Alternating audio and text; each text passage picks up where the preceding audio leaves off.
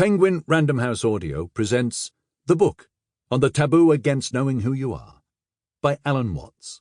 Read for you by John Lee.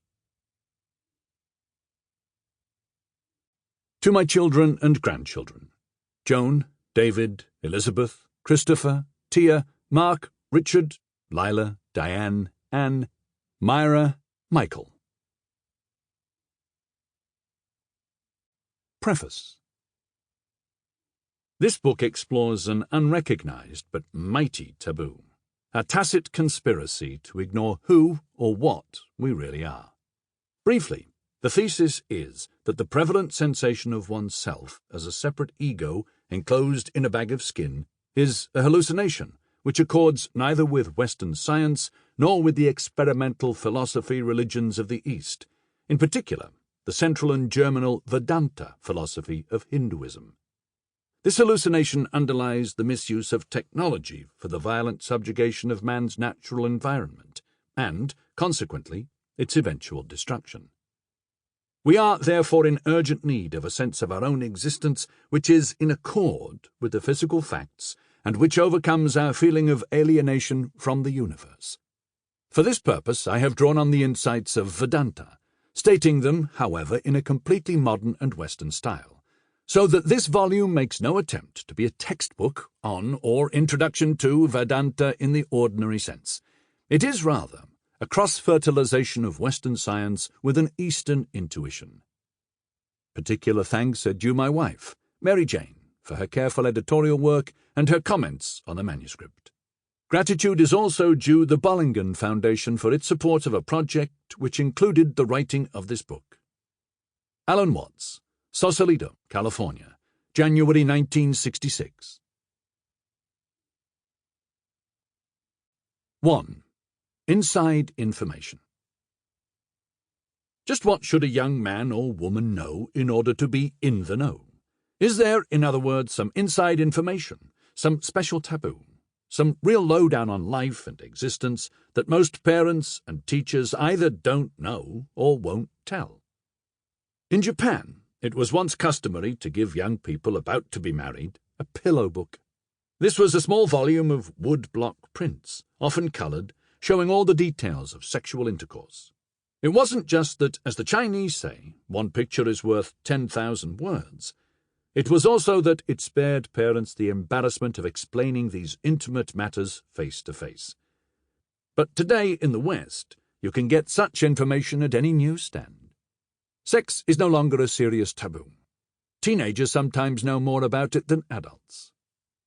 But if sex is no longer the big taboo, what is? For there is always something taboo, something repressed, unadmitted, or just glimpsed quickly out of the corner of one's eye because a direct look is too unsettling. Taboos lie within taboos, like the skins of an onion.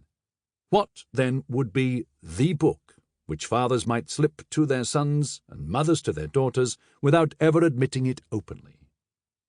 In some circles there is a strong taboo on religion, even in circles where people go to church or read the Bible. Here, religion is one's own private business. It is bad form or uncool to talk or argue about it, and very bad indeed to make a big show of piety. Yet when you get in on the inside of almost any standard brand religion, you wonder what on earth the hush was about.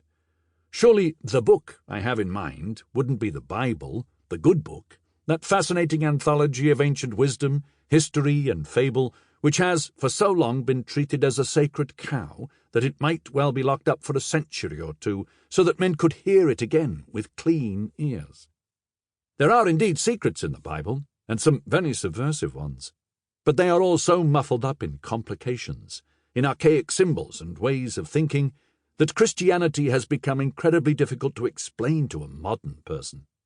That is, unless you are content to water it down to being good and trying to imitate Jesus, but no one ever explains just how to do that.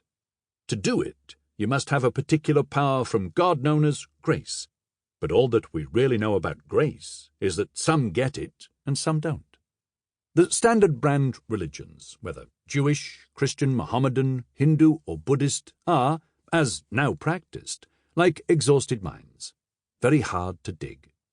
With some exceptions not too easily found, their ideas about man and the world, their imagery, their rights, and their notions of the good life don't seem to fit in with the universe as we now know it, or with a human world that is changing so rapidly that much of what one learns in school is already obsolete on graduation day.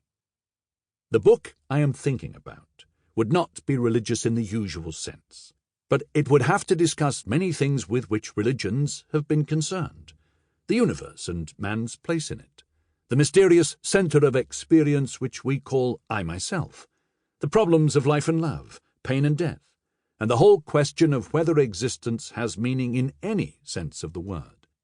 For there is a growing apprehension that existence is a rat race in a trap. Living organisms, including people, are merely tubes which put things in at one end and let them out at the other, which both keeps them doing it and, in the long run, wears them out. So, to keep the farce going, the tubes find ways of making new tubes, which also put things in at one end and let them out at the other. At the input end, they even develop ganglia of nerves called brains, with eyes and ears, so that they can more easily scrounge around for things to swallow. As and when they get enough to eat, they use up their surplus energy by wiggling in complicated patterns, making all sorts of noises by blowing air in and out of the input hole and gathering together in groups to fight with other groups.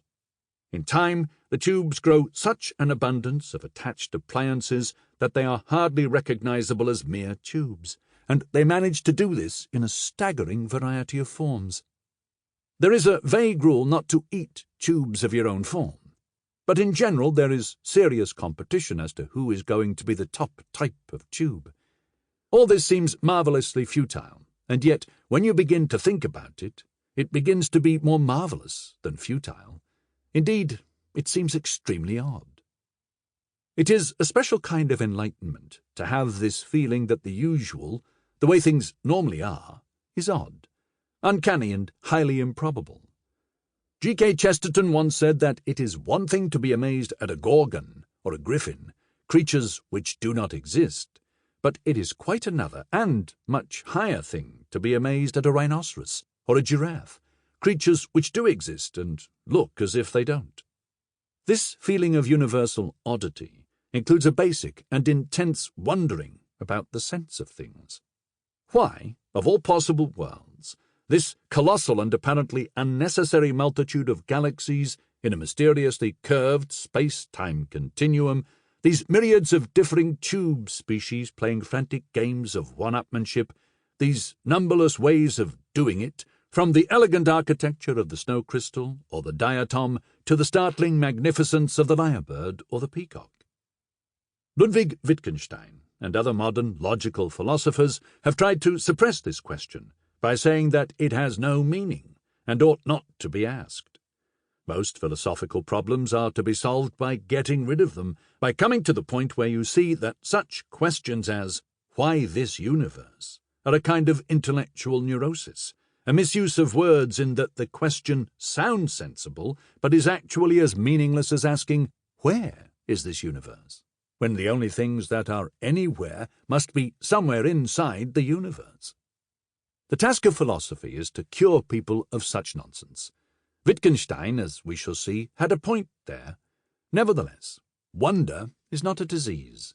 Wonder, and its expression in poetry and the arts, are among the most important things which seem to distinguish men from other animals, and intelligent and sensitive people from morons. Is there, then, some kind of a lowdown on this astounding scheme of things? Something that never really gets out through the usual channels for the answer, the historic religions and philosophies? There is. It has been said again and again, but in such a fashion that we today, in this particular civilization, do not hear it. We do not realize that it is utterly subversive, not so much in the political and moral sense, as in that it turns our ordinary view of things, our common sense, inside out and upside down. It may, of course, have political and moral consequences, but as yet we have no clear idea of what they may be. Hitherto, this inner revolution of the mind has been confined to rather isolated individuals. It has never, to my knowledge. Sample complete. Ready to continue?